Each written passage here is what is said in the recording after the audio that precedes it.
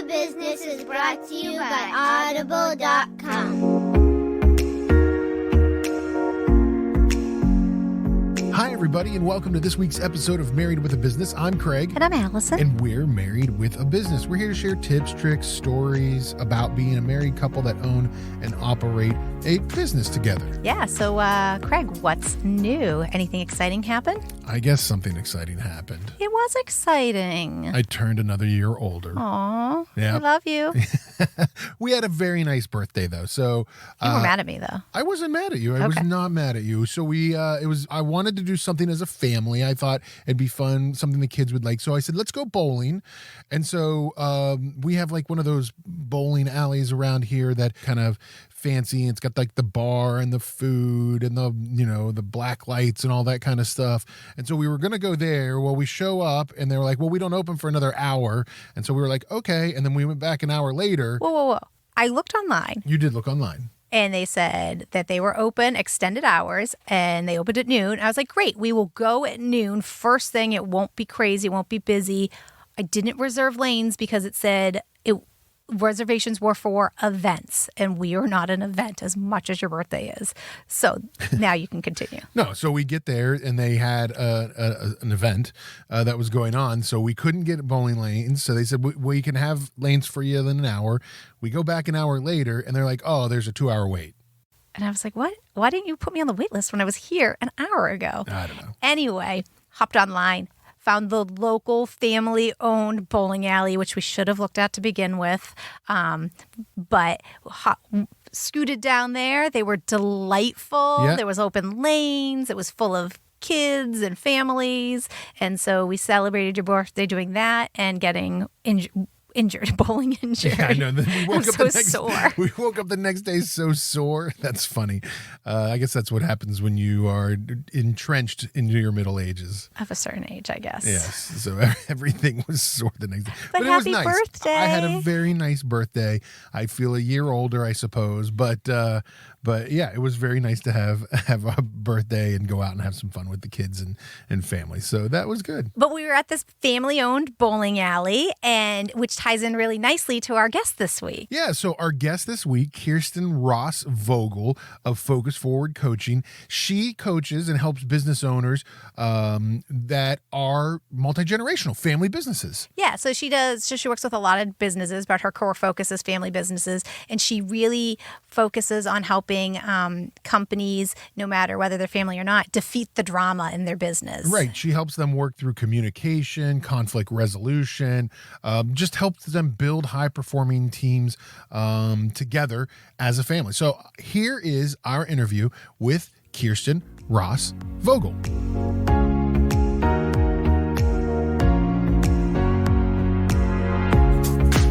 Hi, everybody. We're pleased to be joined today with Kirsten Ross Vogel from Focus Forward Coaching. Thank you for joining us today. Thanks for having me. I'm super excited to be here.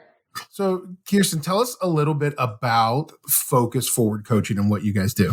So we help leaders build high-performing teams in a very quick nutshell. And the main focus is, or from people problems to productivity, and with a focus on leadership, communication, and all of those people strategies. And ultimately, here to fight the friction that happens while you're scaling or working with family. Nice. Well, and that's one of the reasons why we had you on this week is because you work a lot with family-owned businesses, and that's what our podcast is about. Tell us, a little bit about what kind of challenges do you see in a lot of family-owned businesses? Well, and I have to just say it's my favorite place to play. Ultimately, there's so much more at stake because, the business needs to be profitable, but hey, let's continue and maintain healthy relationships along the way, and so that Thanksgiving can still be comfortable.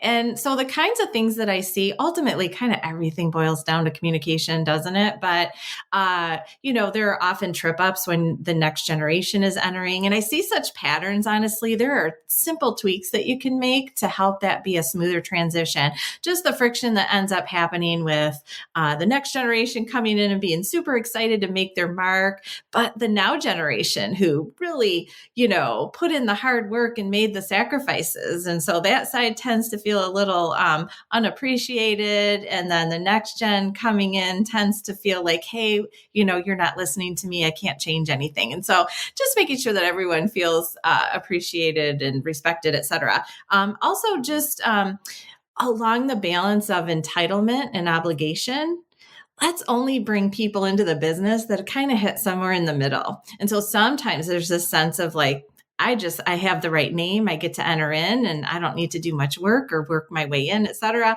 Or the person who feels like I have no other life choices. And I have no other life choices to like come into the business. And then I need to run the business or be in a specific role. And so helping people really do the challenge of doing the work of one, I call it gaining personal clarity. What do you want out of the business? And hopefully people are working their way into the business instead of being handed a spot. But I would say those are some of the key things that I say, or, like great Uncle Charlie is kind of tucked away somewhere and he's creating collateral damage, but you don't know what to do because he's family and he's been there forever. Those kinds of things. Do you feel like when companies and people get to you, do you feel like they're most often in the beginning part of the process, or they've brought somebody in and you're trying to repair the fact that they didn't do a good setup to start with? Oh my gosh, good question. In an ideal world, they would invest in setting things up well initially, but usually, you got to hit that pain point before they're ready to have the tough conversations, make the difficult decisions, do that individual work.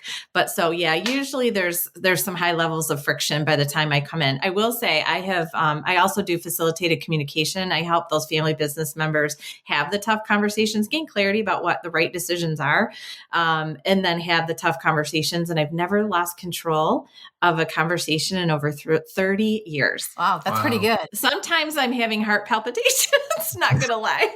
What do you think, like some of those, when you're bringing either next generation or family into a business, like what are some of those questions that you should talk about when starting that process? Yeah. Oh, see, I love this one because so often, one, I'm just going to have people think about what are you assuming versus what do you know based on fact because you had the conversation.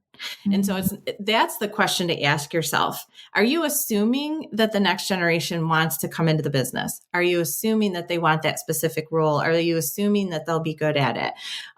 If it's business partners and extended family and the business partners, are you sure that no one of your business partners' family members want to take over the business or enter into the business? So really, it's not questions to ask. It starts with what are you assuming versus knowing as fact. What I find is there can be these pie in the sky assumptions. Like one, we have plenty of time to figure all that out, or everything will be fine because we get along great. Are you getting along great because you're not having the conversations, or are you working through some tough conversations and conflict and still getting along great? So ask yourself because our brains avoid tough conversations, and our amygdala is great at coming up with reasons that feel like valid excuses. And so that's the thing. Do the work. Ask yourself, have we had the full conversation, or am I assuming some things? That's really good to think about. And I think when we brought Craig into the business, we did a lot of conversations versus when we brought me into the business, we did a lot of assuming. Absolutely. Kirsten, how did you get into this business? How did you come to help other people bring people into their businesses and build higher level leaders? Yeah. So, my education and experience and certification is all in human resources. So it started there, but that's back about 30 years ago. I started my business just about 20 years ago. Really the catalyst to that was getting out of an abusive marriage, honestly. So I've definitely been in high conflict situations myself, but during that time, I just took the opportunity to talk to some trusted advisors in my life and say, what do you see in me that I might not be seeing in myself? And I had 3 people over the course of 1 week tell me I should be a coach. And this was before coaching was well known. I'm actually one of the pioneers that was way back then explaining what a coach was. You're welcome for those of you who have entered into the coaching world since. I don't have to do that anymore. I don't have to explain what it is anymore. But anyway, so that was the catalyst for me to launch this business. And thankfully, I had 2 little boys at the time. So I launched as a single single mom.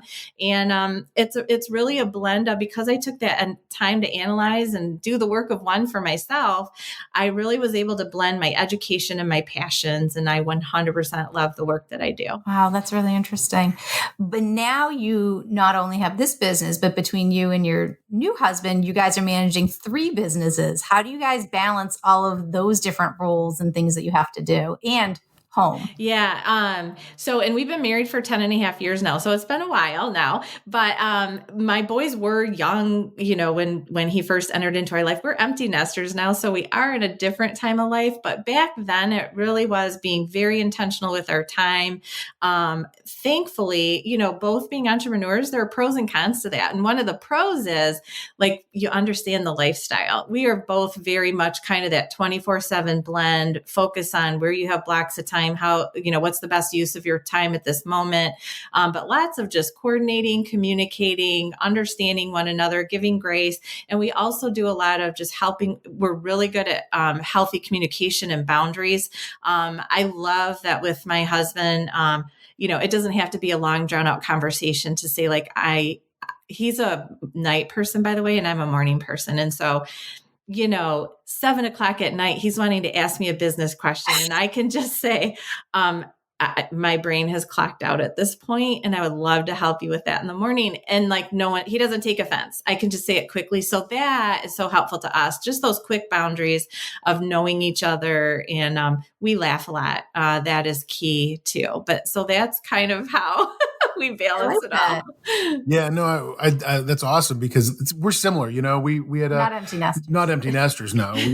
But we're similar in the fact that it is hard when you're in a family business together. And we saw it when when Allison's father was in the business, and then now that we're in the business, like, we have a code word. Ours is, we'll talk about that Monday. Doesn't matter when it is, but we're always going to say, hey, listen, we're going to talk about that Monday. I like that my brain is clocked out though. Yeah, I know. like that. Yeah. That's great, and I think it's really important. I would imagine that when you deal with family businesses a lot, do you have to help them through that part of it, that like dynamic of when is it work time and when is it family time? 100%. I remember sitting down with a family that there were 3 members of the next generation, and it was a 3rd generation family business, but that 3rd generation had entered in, and there were 3 of them.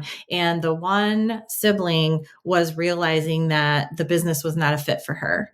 And her biggest fear, so this is a little bit of a flip side of that, but of that issue, but she was worried that she wasn't going to have time with her family, because she felt like all the family time was immersed in the business. And so it's beyond just husband and wife. Like, make sure you still date, make sure that you leave time to talk about other things and have other hobbies and things in common, but also thinking about, extended family and once they're entering into the business. Make sure. So we had to really coach around them, creating opportunities to connect as a family outside of business hours. You have a book that you have out called Defeat Team Drama Now, which I love. And I love the fact that you talk a lot about it. And this isn't just with families, but this is with all businesses, is that, kind of dealing with that drama that sometimes is in the office. Tell us a little bit more about that. Well, and the reason I named the book that is back when I first started my business, I was doing booths and talking to lots of business owners or going to events. And I would say, oh, I help defeat drama. And people would grab my pamphlet and say, oh my God, this is like gold. Is that really possible? Yes, it is. And I love the opportunity to get teams aligned and focused where you need them to focus. So think about, like, in terms of any time someone is focusing on the drama, friction, miscommunication, they're trying to make my job harder, like all those kinds of things. One, just in the moment, their thought processes, you're losing productivity, but also they're going around and telling other people, and now you're losing productivity there. And let's not even, and then if friction rises higher, now you might be having to replace team members, et cetera. And so, they say on average, you lose 2.5 hours per week per employee to drama. I mean, if you start doing the math, it adds up really quickly. Now times it 552 to get the annual, and it adds up a lot. And so you can really recapture so much productive time by, I always say, I use by getting people engaged. I use the example of, like, when the space shuttle takes off, no one's worrying about who did what, who said what about who, right? Because they are too hyper focused on the job at hand. They know their tasks. They have clear expectations. There are huge consequences if someone messes up. And you really, you don't want that level of stress in your organization, but you do want everyone knowing their role, appreciating other people's roles, how they fit together, and focused on making that customer experience, whoever you serve. Wow, I like that. That's great. So when people come and give you a call and kind of start to reach out to you, you typically do what you call a discovery call. You spend a half hour with them kind of talking and stuff. What's that call consist of for you? Really, I just want to hear what their current struggles are, and am I the right fit to fix whatever those challenges are? And I'm going to have tools in my tool belt or other resources to refer you to if I'm not the right one. But really, it's really listening and just understanding. I do usually get quite passionate because I start thinking like, oh my gosh, all the possibilities here. Because a lot of times I can help, but usually they're coming with just a lot of uncertainty. They don't know why they're frustrated. They just know that they are frustrated usually. And so I'm able to very quickly identify why the frustration exists. Why are those gaps in the performance and the outcomes in your business? Why is communication so challenging? I can really help them kind of gain some clarity even in that 30 minutes, and then talk about some next steps about how I could help them or refer them elsewhere. Yeah. And I think it's interesting because, and like you said, 20 years ago, coaching wasn't as much of a thing as it is now for business owners, right? And I think that people have become a lot more willing to turn the mirror around and look at themselves more in this, world of owning a business and everything that all the stresses and management that goes along with it. When you are talking to business owners, like what is that thing that you use to try to get them to understand or to turn around and take a picture, look at themselves and understand that they need to make a change, or coaching will help them? Hopefully by the time they're calling me, they realize that some change is required. Again, the pain is high enough that they're just like throwing their hands in the air and saying like, help me. If the pain isn't, I hate to be talking about pain so much, but the whole concept of the pain of the change has to be worse than the pain of the staying the same. Flip that. The pain of staying the same has to be worse than the pain of the change. But sometimes it's helping them to see that, one, a lot of their different little challenges all come under one umbrella, which is good because now we can bucket it, and maybe there's some simple tweaks that you can do to fix all these tiny little things. But if you're just addressing each challenge as an individual thing, as some unique thing that happened, you're probably missing the overarching challenge that's there. And so, I over the course of years, I do have a way of helping people. I don't judge in any way, shape, or form, and they get that. And I've seen it all and heard it all probably at this point. And so people can be vulnerable with me and know that there's not going to be judgment, and that I really am just hyper focused and passionate about helping them fix it, and really encouraging, because often they are so much closer than they realize to having that team that they want, creating those experiences for the people that they serve, that they want. It's not, again, they come like totally frustrated and overwhelmed and not realizing, like they have no idea why it's happening. So they certainly don't know what the fix is.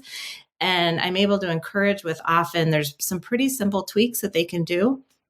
Sometimes they're just weeks away. Tell us how people can find you. Well, there's a few different ways. So my main website is focusforwardcoaching.com. You can see some information there, some links, some products, some testimonial videos, etc. There, and also book a call with me there. Or you can go to focusforwardcoaching.com/book call. And then you can grab that 30 minutes with me. A branding expert would probably have like a field day with me. But another website that I have is defeatthedrama.com. And that's where my podcast lives, which is Live and Lead for Impact. And then I'm on YouTube. But I would say the two main ways would be those two websites. And you've gotten 2 books that you've written. Tell us how people can find those books. Yeah, I actually have more books than that, but my 2 business-based are the From People Problems to Productivity and Defeat Team Drama Now. I have links for those on my website, and also just go to Amazon and you can look up my name, Kirsten Ross Vogel, or look for the books themselves. And you can do the paperback or or ebook version of either. Awesome. Awesome. Kirsten, thank you so much for taking the time today and being on the show. We really appreciate it. Thank you so much for having me. It's one of my favorite topics. So I love not only am I getting to talk about family business, but also talk to a couple who owns a family business. So that's amazing.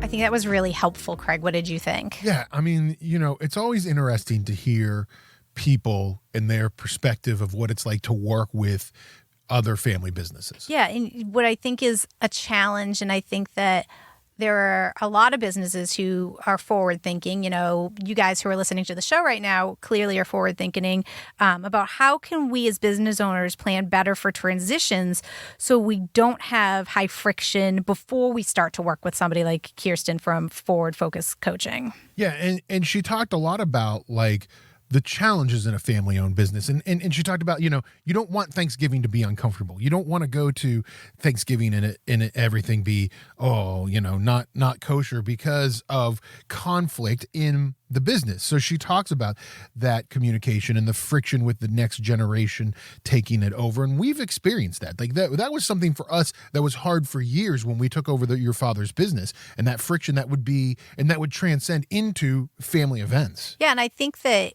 we were lucky, though. I think that we had a lot less of that not being listened to as the new generation. And I think that I hope that we tried really hard to show appreciation to my dad when he was the now generation. I think that even now, he's still looking for us to give him that appreciation or recognition for the foundation that he built, even though he's no longer a day-to-day part of the business. Well, and it's really hard. It's really hard as a, generational person coming into a family-owned business to balance, there are people who have that sense of entitlement, I was always destined to be the owner of this business. Or on the other hand, they have that feeling of obligation of where I have to come into this business because my family's not going to be able to, survive if I don't take the business over. I'm their retirement plan. I'm their only option, or, those kind of emotional walls that get put up. And so one of the things she talked about is working with family businesses for people to gain that personal clarity of why you are in the business, what it's doing for you, earning, finding your place in the business. And I think the questions that she poses for us all to think about are really good. What am I assuming is true versus what do I know is true based on fact and conversations I've had? Well, and I think for you, especially Allison, but both you and I taking over the family business, I listen to somebody like her talk and I'm like, man, I wish we could have had that person. I wish we could have had that help when we were going through it 20 years ago, taking over a family business and trying to figure out how it would all work. One of the things I like about doing this podcast is you don't know what you don't know until you've gone through it. And I think that we saved ourselves from a lot of mistakes because we were lucky enough to be in mastermind groups with other remodeling companies.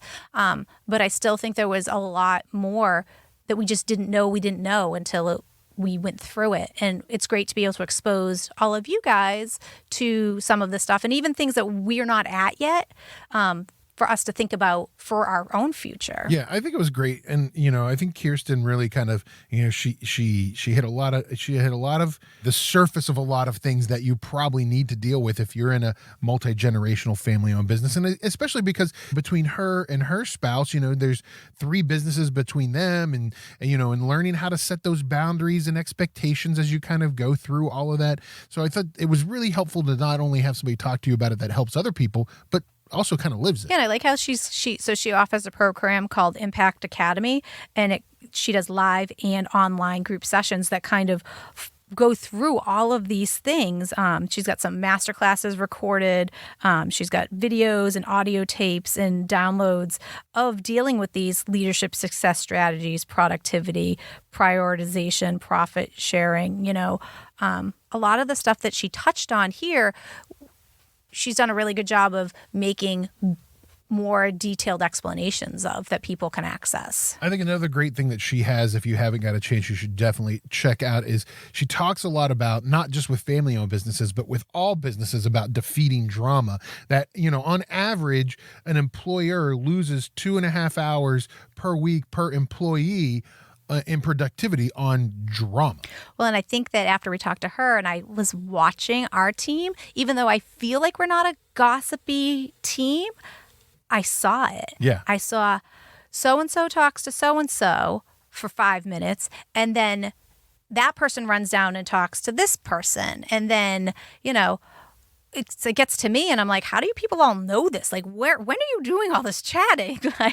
So she's got a great book. It's available on Amazon.com. You can read it on your Kindle or you can order it from Amazon. Defeat Team Drama Now, the step-by-step guide to productivity and wowing customers and improving your bottom line. So check that out, Kristen Ross Vogel. You can also get it on her website if you go to focusforwardcoaching.com or defeatthedrama.com. You can find all of that. So definitely check it out. She's got a podcast, Defeat the Drama, talking about that stuff. Kristen Ross Vogel, Focus Forward Coaching. It was great to have her on the show. Everybody, thanks for listening this week. If you get a chance and you want to get some of the resources that we talk about here on the show, if you want to get our reading list that we recommend, we've got copies of our budget sheet that we can send out to you in Excel form, or if you want to, get our new tips and tricks guide to working with your spouse, visit our website, marriedwithabusiness.net, fill out to receive our free resources, and you can get those items. And also, if you think you might be a good fit on the podcast and maybe want to be on, or if you want to listen to past episodes of the show, or there's even just some general links, check out our website, marriedwithabusiness.net. You can also find us on social media on Instagram or Facebook at BizMarried. So take a look for us there. Yep. And then if you have something you want to share with us, you have an idea for a show or something you want to hear what our thoughts are, hit us up on those social media. Leave us a comment or send us an email. We'd love to hear from you. And remember, folks, not only is it important to focus on your business, but also your marriage, because we're married with a business.